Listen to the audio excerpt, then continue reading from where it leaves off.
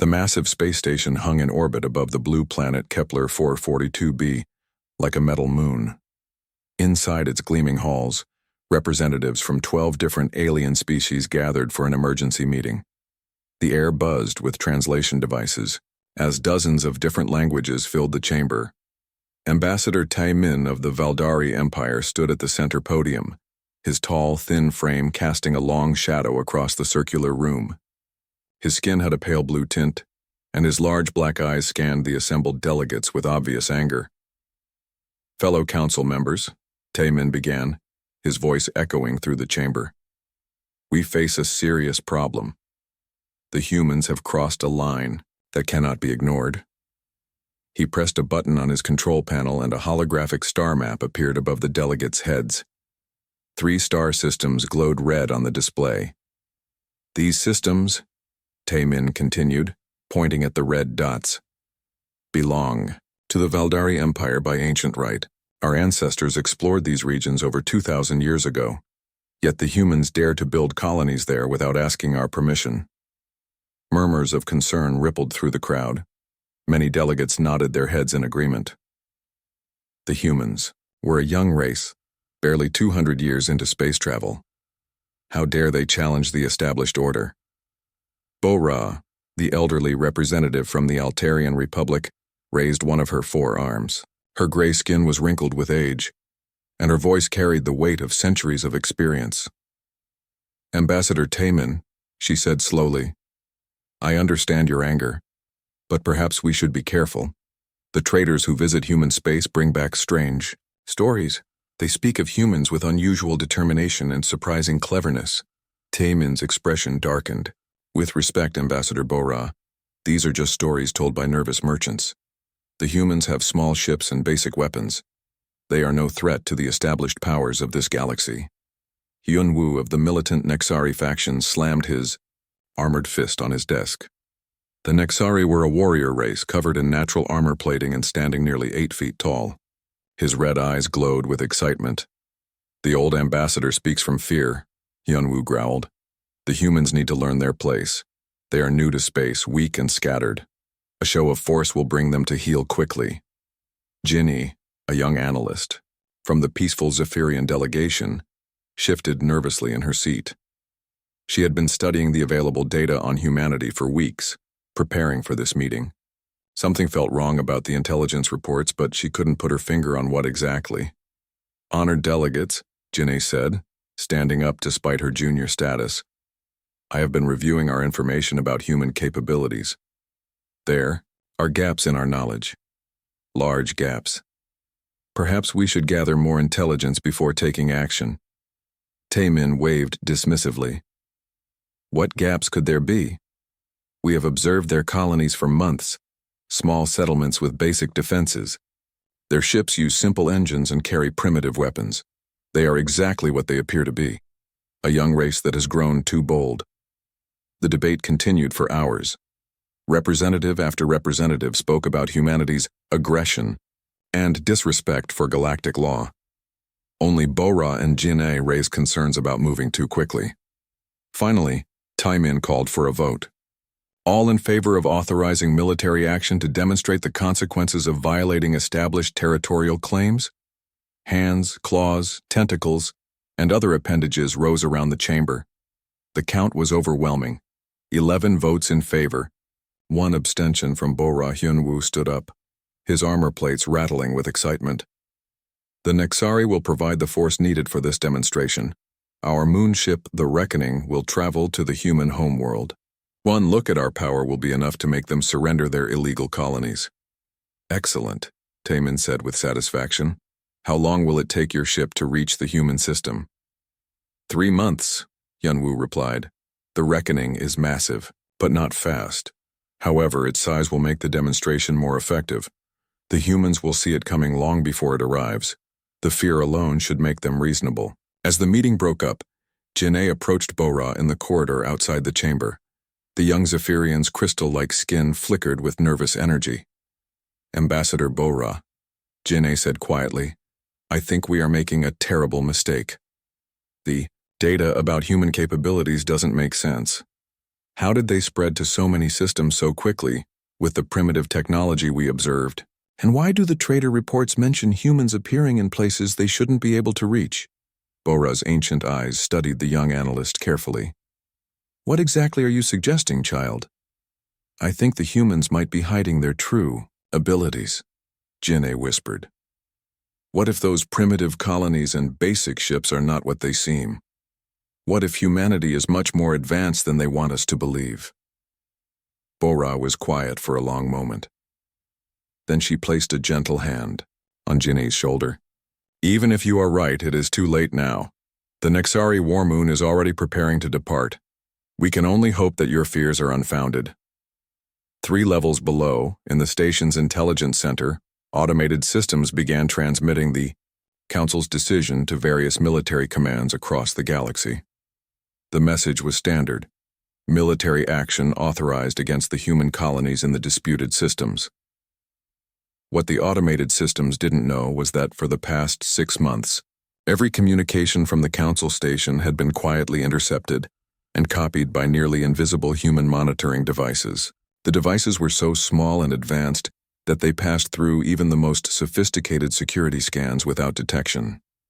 Within hours of the Council vote, the complete details of the planned military action were being transmitted across human space using communication methods that no other species in the galaxy had even imagined possible. On a hidden base in the asteroid belt of the Sol system, Director Su Jin of Terra Defense Command read the intercepted reports with a mixture of satisfaction and grim anticipation. Humanity had been preparing for this moment for decades. So, she said to her staff, they're finally taking the bait. Send word to all defense stations. Operation Sleeping Dragon is now active. It's time to show the galaxy who they're really dealing with. The trap had been set long ago. Now all that remained was to spring it. The HFY War moon. The Reckoning drifted through the void like a metallic planet. Its surface was covered with weapon arrays, shield generators, and docking bays that could house entire fleets. The ship was so large that it created its own weather systems in the atmospheric pockets between its massive armor sections. Admiral Wu Jin stood on the command bridge, looking out at the stars through the enormous viewing windows. The HFY commander was typical of his species, tall, heavily armored, and confident in his military superiority. His red eyes reflected the light from the tactical displays that surrounded him. Status report, Wu Jin commanded, his voice echoing through the bridge. We are 2 months out from the human home system, replied his second-in-command Captain Ginam. All weapon systems are operational. The support fleet maintains formation around us. Wu Jin nodded with satisfaction. 24 additional ships accompanied the Reckoning, destroyers, cruisers, and support vessels from various member species of the Galactic Council. It was more firepower than had ever been assembled for a simple demonstration of force. What do we know about human defenses in their home system? Wu Jin asked. Lieutenant Do Hyun, the ship's chief tactical officer, pulled up a holographic display. The Sol system appeared in miniature above the tactical table, with various planets and objects marked in different colors. Intelligence reports indicate minimal defensive capabilities, Do Hyun said, pointing to different areas of the display. Earth itself has some orbital platforms, probably for trade and civilian purposes. Mars has a few small bases. The outer planets show no significant military presence. What about their fleet? Wu Jin inquired. Scattered and small, Do Hyun replied. Our sources count maybe 200 ships total, spread across all their colonies. Most appear to be converted cargo vessels or small patrol craft. Nothing that could threaten a ship like the Reckoning. Wu Jin smiled, showing his sharp teeth. Good. This will be even easier than expected. A few warning shots should be enough to make them surrender their illegal colonies. But Do Hyun frowned as he studied the long-range sensor data. Something had been bothering him for weeks, and he finally decided to speak up. Admiral, there is something strange in our sensor readings. We have detected human ships following us at extreme range. They stay just at the edge of our detection ability, but they have been there for over a month. Wu Jin waved dismissively. Of course they are watching us. We are not trying to hide our approach. Let them see us coming. It will add to the psychological effect. But sir, Do Hyun persisted, These ships appear and disappear from our sensors in ways that don't match our intelligence about human technology. Sometimes they seem to be in two places at once. Other times they vanish completely for days, then reappear in impossible locations. Sensor ghosts, Captain Guinom suggested. Space is full of strange readings, asteroid fields, solar radiation, magnetic anomalies. They can all create false contacts. Du-hyun wanted to argue, but he could see that his superiors had already dismissed his concerns. Still, he made careful notes in his tactical log. If these were sensor ghosts, they were remarkably persistent ones. Meanwhile, thousands of light years away on Earth, the situation looked very different from the human perspective. Director Soo-jin stood in the command center buried deep beneath the Rocky Mountains. The vast chamber was filled with holographic displays showing the positions of ships throughout known space. Red icons marked the approaching Nexari fleet, while blue icons showed human vessels. "Status of the Nexari force?" Soo-jin asked her staff. "Still maintaining course and speed," reported Commander Hae-won from her position at the tactical station. "Our shadow ships confirm they suspect nothing. The Nexari are behaving exactly as predicted, arrogant and overconfident." "Good," Soo-jin said. "What about our own preparations?" "All defense stations are ready," replied another officer. "The asteroid field weapons are fully charged and standing by. Jupiter Defense Command reports all moon bases are operational. Mars Strategic Command has completed camouflage operations. Their installations now appear to be simple mining facilities." Soo-jin nodded approvingly. Humanity had spent decades preparing for this moment. Every asteroid in the belt had been hollowed out and fitted with weapons systems.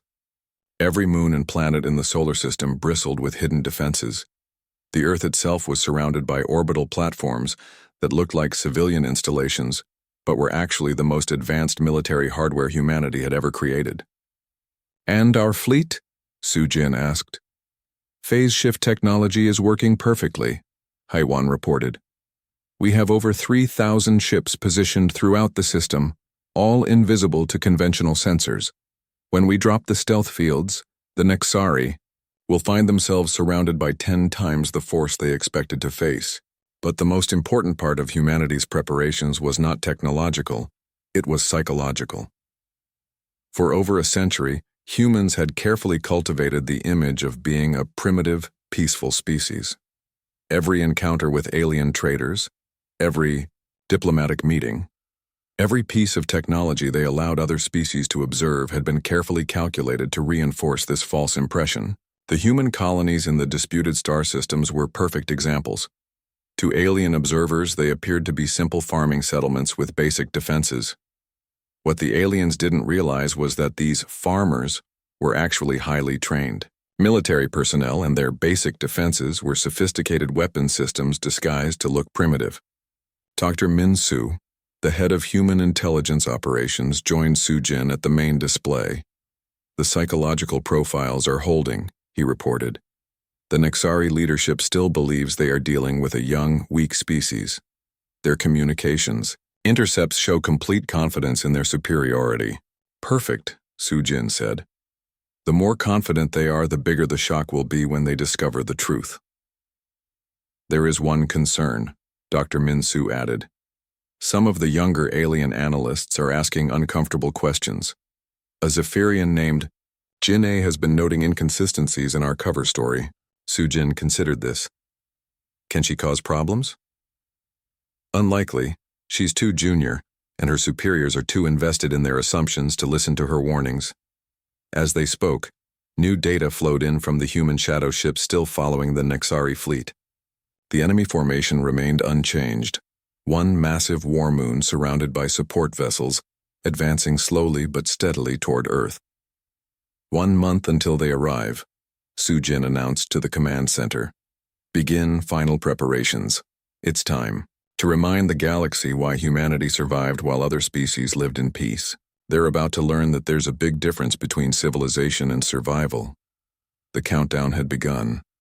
Soon, the most powerful military force the galaxy had seen in 1,000 years would arrive at Earth expecting to find a weak, frightened species ready to surrender.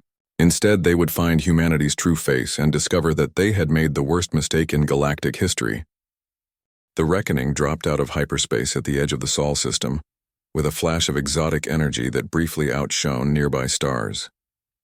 Admiral Wu Jin stood on his command bridge, expecting to see a few scattered orbital platforms around a blue-green world defended by primitive ships. Instead, his tactical displays exploded with so many contacts that the computer system struggled to process them all. What? What is this? Wu Jin stammered, staring at the holographic display in disbelief. Entire solar system was a fortress. Earth hung in space like a jewel surrounded by massive orbital battle stations, each one larger than a Nexari cruiser. But that was just the beginning. Mars glowed with the energy signatures of hundreds of military installations. What their intelligence had identified as simple mining operations were revealed as weapon platforms, powerful enough to crack moons. The asteroid belt wasn't just a collection of rocks. It was a weapon system spanning millions of cubic kilometers, with every significant asteroid hollowed out and filled with defensive systems. Jupiter's moons bristled with energy shields and weapon arrays. Even the gas giant's upper atmosphere showed signs of floating battle platforms. Saturn's rings had been turned into a massive orbital defense grid. The outer planets, which should have been empty and lifeless, were surrounded by space stations and patrol fleets. "Sir," Lieutenant Do-hyun called out, his voice tight with panic, "I'm reading energy signatures that shouldn't be possible. Some of these installations are generating more power than our entire fleet combined." Captain Ginam worked frantically at his sensor station. "Admiral, the long-range scans show defensive positions extending all the way to the outer system boundary. This isn't a planet with some basic defenses. This is a military stronghold that could challenge the entire Galactic Council." But the worst revelation was yet to come. He Jin, the fleet's senior intelligence officer, had been running analysis programs on the human installations. Her face had gone pale as the results came back. "Admiral," she said quietly, "I need to report a critical intelligence failure. These installations, they're not new. Based on energy wear patterns and construction markers, some of these defenses have been in place for over 50 years. The humans have been building this fortress for decades while pretending to be a primitive species." Wu Jin felt his confidence crumble. "That's impossible. Our intelligence showed what the humans wanted us to see." Hyejin interrupted, something she would never normally dare to do.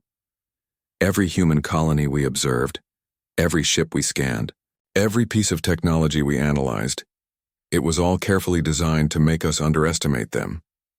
The tactical officer's voice cut through their conversation with urgent alarm. "Admiral, multiple contacts decloaking throughout the system." The main display updated, and Wu Jin's worst fears were confirmed. Ships began appearing out of empty space, dropping stealth fields that had kept them completely invisible. Not dozens of ships, thousands of them. They materialized in perfect formation around the Reckoning and its support fleet. Above, below, and on all sides, human vessels appeared, like ghosts becoming solid. Their designs were unlike anything in the Galactic Council's databases, sleek, predatory shapes that seemed to bend light around them. "Energy readings are off the scale," Do-hyun reported, his voice cracking with stress. "These ships are generating power levels that our best theoretical models say are impossible." A communication signal came through on standard galactic frequencies. Admiral Wu Jin accepted it with shaking hands. The human who appeared on his screen was not what he expected. Captain Lee looked perfectly calm and relaxed, sitting in a command chair on a bridge that hummed with technology, far beyond anything the Nexari had ever seen. His dark eyes held no anger or fear, only the cold calculation of a predator that had trapped its prey. "Nexari fleet," Captain Lee said in perfect galactic standard. "I am Captain Lee of the Human Defense Force vessel Soul's Fury. You came here to demonstrate force against my people. We appreciate the gesture and would like to return the favor." "Wait," Wu Jin began. "There has been a misunderstanding." But Captain Lee had already cut the communication channel. What happened next would be studied in military academies across the galaxy for centuries to come. Though few would believe, the recordings were real. The human ships didn't just attack, they danced. They moved through space in ways that violated every known law of physics, phasing in and out of normal reality like ghosts. Their weapons were even more impossible. Energy beams that seemed to reach across space instantly, projectiles that appeared to exist in multiple locations simultaneously, and defensive systems that made incoming fire simply disappear. The Reckoning's mighty shields, which could withstand the firepower of entire fleets, lasted exactly 47 seconds against human weapons. The ship's armor, forged from the strongest materials known to galactic science, was peeled away layer by layer, as if it were made of paper. The support fleet fared even worse. Human boarding parties materialized directly inside their ships, bypassing shields and hull armor completely. The boarders moved through alien corridors like deadly shadows, their weapons cutting through anything in their path while their armor made them immune to most energy weapons. Commander Namho led one of these boarding teams aboard a Valkyrie cruiser. His soldiers moved with inhuman precision, as if they knew exactly where every alien crew member was located. Their equipment was beyond anything the Valkyrie had imagined: armor that could become invisible, weapons that fired projectiles through solid matter, and sensors that seemed to read thoughts. How? The Valkyrie captain gasped as Namho's team reached the bridge. How do you have such technology? Namho's smile was visible through his helmet's visor. You want to know our secret? We didn't have the luxury of evolving on a peaceful world. While your species was learning to live in harmony, ours was learning to survive. Every day of human history has been a lesson in warfare, adaptation, and innovation. You developed technology to make life comfortable. We developed it to stay alive. The battle lasted exactly 17 minutes. When it was over, the Reckoning drifted powerless in space, its weapons destroyed and its crew captured. Half of the support fleet was reduced to wreckage, while the other half sat helpless with human boarding parties in control. Admiral Wu Jin found himself a prisoner aboard his own flagship, facing Captain Li in what had been the Nexari Command Center. I don't understand, Wu Jin said, his voice hollow with defeat. How did you acquire such advanced technology? Who gave it to you? Captain Li's expression was almost pitying. Nobody gave us anything, Admiral.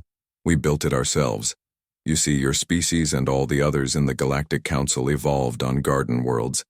You faced natural challenges, certainly, but you always had enough resources, enough space, enough time to solve problems peacefully.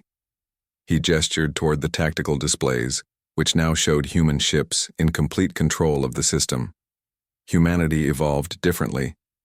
We developed on a world where everything wanted to kill us: the climate, the geology, the other life forms, and especially each other. We spent our entire evolutionary history in constant warfare, first with nature and then with ourselves. Every human innovation has been tested in life or death situations. Captain Li leaned forward, his eyes reflecting the cold calculation that had won the battle. We learned to adapt, to innovate, and to never stop fighting. While your people were building beautiful cities and exploring philosophy, we were perfecting the art of survival. You thought you were facing a young, weak species. Instead, you attacked the most dangerous predators this galaxy has ever produced. The magnitude of the Galactic Council's mistake was finally becoming clear to Admiral Wu Jin. They hadn't just underestimated humanity.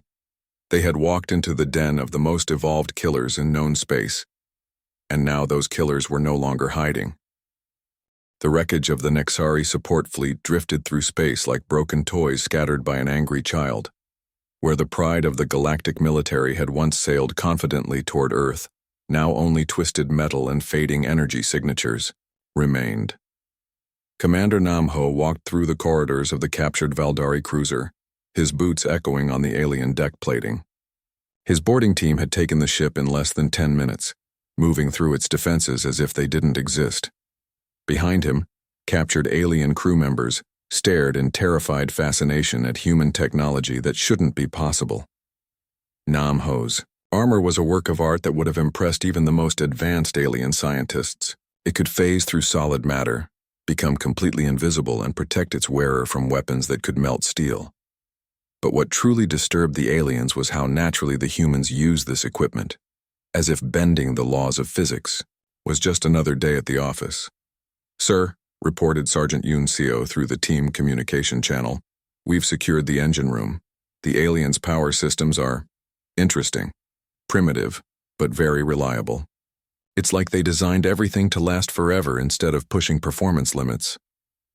Nam-ho nodded, understanding exactly what his sergeant meant. Alien technology was built for stability and longevity, the products of peaceful civilizations that had time to perfect their designs over millennia. Human technology was built for maximum performance under the worst possible conditions, because that was the only way humanity had ever known how to build anything. On the bridge of the captured ship, Nam-ho found the Valdari captain sitting in stunned silence. The tall, blue-skinned alien looked up as the human commander approached. "I have studied warfare for over 200 years," the captain said quietly. "I have commanded fleets, conquered star systems, and defeated enemies across half the galaxy. But what you did today, it wasn't even warfare. It was an extermination." Nam-ho removed his helmet, revealing a surprisingly young human face. "With respect, Captain, you've never faced real warfare. You've had military exercises between civilized species playing by agreed-upon rules. We just showed you what actual combat looks like." The Valdari captain shook his head in confusion. "But your tactics, your coordination, it was as if you could read our minds. How did you know exactly where our weak points were?" "Because we designed our intelligence systems to understand how alien minds work," Nam-ho explained. "When you grow up fighting your own species, you learn to think like your enemy. When you're the underdog in every conflict, you learn to find weaknesses others can't see. And when survival depends on innovation, you develop technologies that don't follow the rules everyone else accepts." Meanwhile, aboard the Reckoning, a different kind of examination was taking place. Dr. Mi-young, head of Humanity's Xenobiology Division, was conducting her analysis of the captured aliens under Captain Lee's direct supervision. The human scientist's equipment was decades ahead of anything in the galactic medical databases. Her scanners could analyze alien biology down to the molecular level, map neural pathways in real time, and even predict psychological responses before they occurred. "Fascinating," Dr. Mi-young murmured as she studied the readings from a Nexari test subject. "Their brain structure is optimized for pattern recognition and logical thinking, but they have almost no capacity for rapid tactical adaptation. It's like they're designed to be excellent at solving known problems but terrible at handling surprises." Captain Lee looked over her shoulder at the data streams flowing across her display screens. "Is that why they're so shocked by our capabilities?" "Partly," Dr. Mi-young replied. "But there's more to it. Look at their stress hormone levels, they're off the charts. These beings have never experienced true existential threat. Their entire species evolved in an environment where survival was guaranteed, so they never developed the mental tools to handle situations where everything they thought they knew turns out to be wrong." She pulled up comparative data on human brain scans. "Now look at our neural patterns. See these pathways? They're the result of millions of years of constant adaptation under extreme pressure. Human brains are literally wired to process tactical information, identify threats, and develop countermeasures in real time. We think like survivors because that's exactly what we are." Admiral Wu Jin, who had been listening to this conversation under heavy guard, finally spoke up. "You're saying that humans are naturally better at warfare than other species?" Dr. Mi-young turned to face the captured Nexari commander. "Not just naturally better, we're the only species in the galaxy that was forced to perfect it. While your people were learning to cooperate and build stable civilizations, ours were locked in an evolutionary arms race with each other. Every human innovation, every technological breakthrough, every social development has been tested in conflict. We are the product of the most intensive survival training the universe has ever created. But the most disturbing discovery was yet to come." As Dr. Mi-young continued her analysis, she found something that changed everything humanity thought they knew about galactic civilization. "Captain," she said urgently, "you need to see this. I've been analyzing the alien DNA, and I found something incredible. All of these species, the Nexari, the Valdari, the Zephyrians, they're all related. Not just biologically related, but artificially related. Captain Lee frowned. What do you mean? I mean someone or something has been guiding their evolution. These aren't natural species that developed independently. They're engineered variants of the same basic template, each one designed for a specific purpose. The Nexari for military organization, the Valdari for administration, the Zephyrians for scientific research, and so on. The implications hit everyone, in the room like a physical blow. If the galactic species were artificial creations, then who had created them? And why had humanity been left to evolve naturally? Admiral Wu Jin's face had gone pale. Are you suggesting that the Galactic Council is not what we believe it to be? I'm suggesting that you might all be pawns in someone else's game, Dr. Mi Young replied grimly. The question is, whose game, and what happens when they find out that one of their experimental subjects has grown beyond their control? As if summoned by her words, new alarms began sounding throughout the human fleet. Long-range sensors had detected something approaching from the dark space beyond the galaxy's edge. Massive energy signatures unlike anything in any database. Commander Nam Ho's voice crackled over the communication system. Captain Lee, we're getting reports from our deep space monitoring stations. Something big is coming and it's heading straight for this system. Captain Lee moved to the tactical display, where new contacts were appearing at the very edge of human sensor range. The energy readings were enormous, far beyond anything the Galactic Council species could produce and even beyond most human capabilities. How long until they arrive? He asked.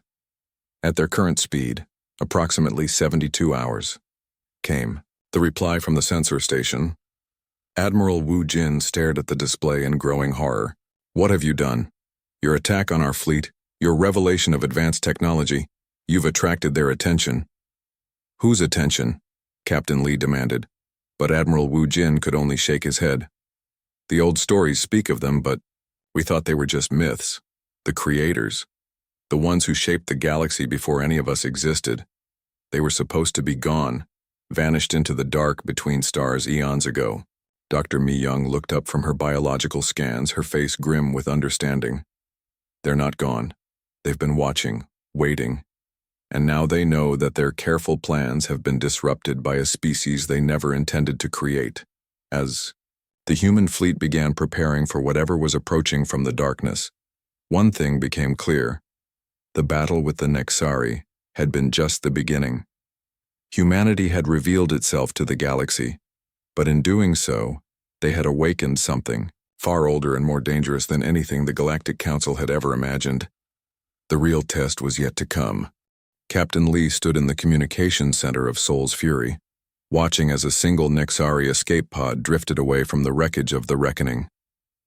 Inside that small vessel, Lieutenant Jae-won carried with him recordings that would change the balance of power in the galaxy forever. Are you certain about this decision?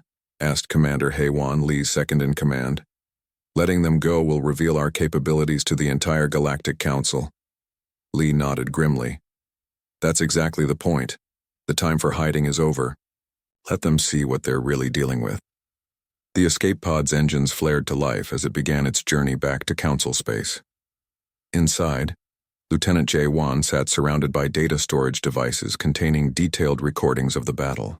His hands shook as he reviewed the footage one more time, still unable to believe what he had witnessed.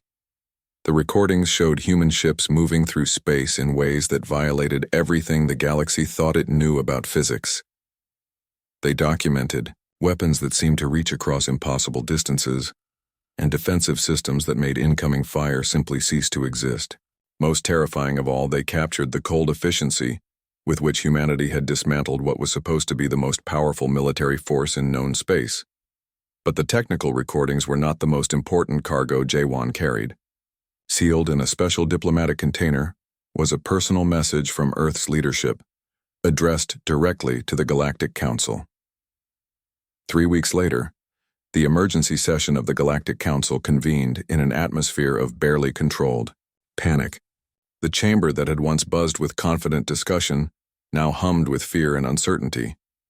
Ambassador Tai Min, who had pushed so hard for the attack on Earth, now sat in stunned silence as the recordings played on the main display. The proud, Valdari diplomat watched his civilization's mighty cruisers being torn apart by human weapons as if they were made of paper. "This cannot be real," whispered Hyunwoo, the Nexari representative. His warrior species prided itself on military excellence, yet the recording showed their greatest warship defeated in minutes by an enemy they had dismissed as primitive. Bo-Ra, the elderly Altarian ambassador who had warned against hasty action, felt no satisfaction in being proven right. The scale of the disaster was beyond anything she had imagined possible.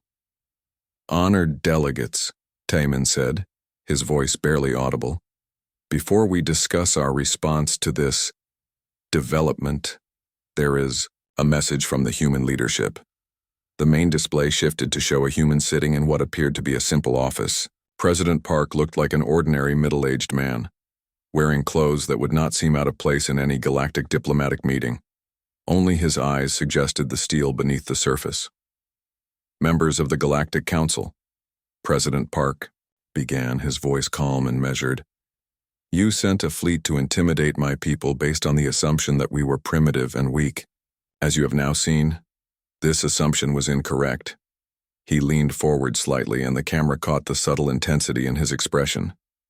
"For over a century, humanity has maintained peaceful relations with all galactic species. We have traded, honestly, honored our agreements, and caused no harm to any civilization. Yet you chose to respond to a simple territorial dispute with military force, apparently believing that our youth as a spacefaring species made us helpless." The recording paused for a moment, and when President Park continued, his tone had become noticeably colder. "You now understand that humanity possesses capabilities far beyond what you believed possible. What you may not yet understand is that the fleet you faced represented a tiny fraction of our actual military strength. The weapons, ships, and tactics you witnessed are standard equipment for our defense forces, not advanced experimental systems."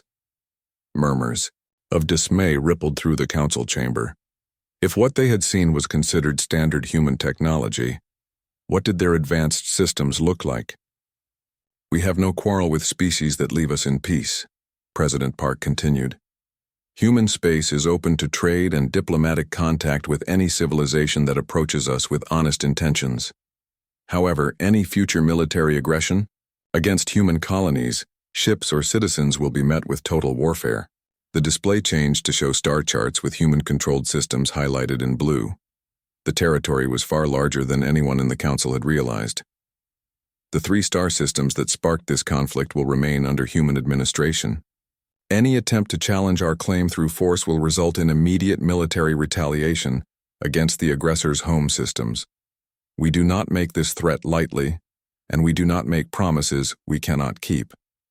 President Park's image returned to the screen for his closing statement. "The galaxy is large enough for all of us to coexist peacefully. We hope that future interactions between humanity and the Galactic Council will be based on mutual respect, rather than assumptions about our capabilities. Choose your next actions wisely." The recording ended, leaving the council chamber in stunned silence. Ambassador Da-Un of the Crystalline Hegemony was the first to speak. "The question we must all be asking ourselves is this: if they possess such overwhelming military superiority, why did they hide it for so long?"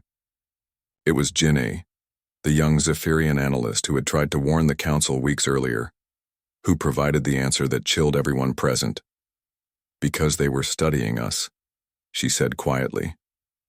"Every trade mission, every diplomatic contact, every piece of technology we shared with them, they were learning about our capabilities, our weaknesses, and our psychology.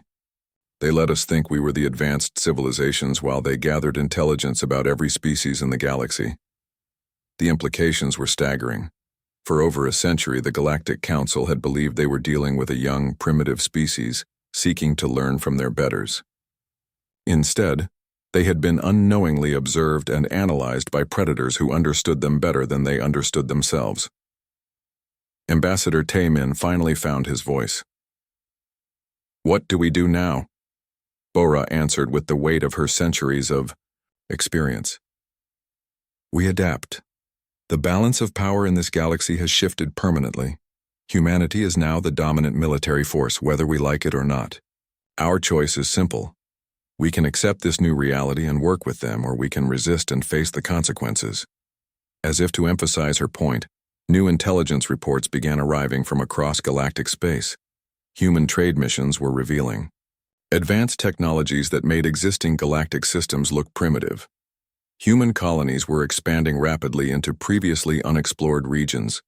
Most disturbing of all, human ships had been spotted in systems where no human presence had ever been detected, suggesting that their intelligence network was far more extensive than anyone had imagined. The old galaxy, where the Galactic Council set the rules and younger species deferred to their wisdom, was gone forever. In its place was a new reality, where humanity held the real power, and everyone else would have to learn to live with that fact.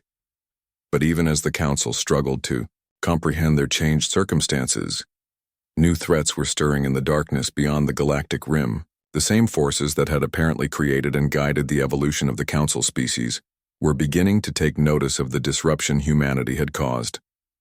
The message from Earth had been intended for the Galactic Council, but other, older, powers had been listening as well, and they were not pleased with what they had heard.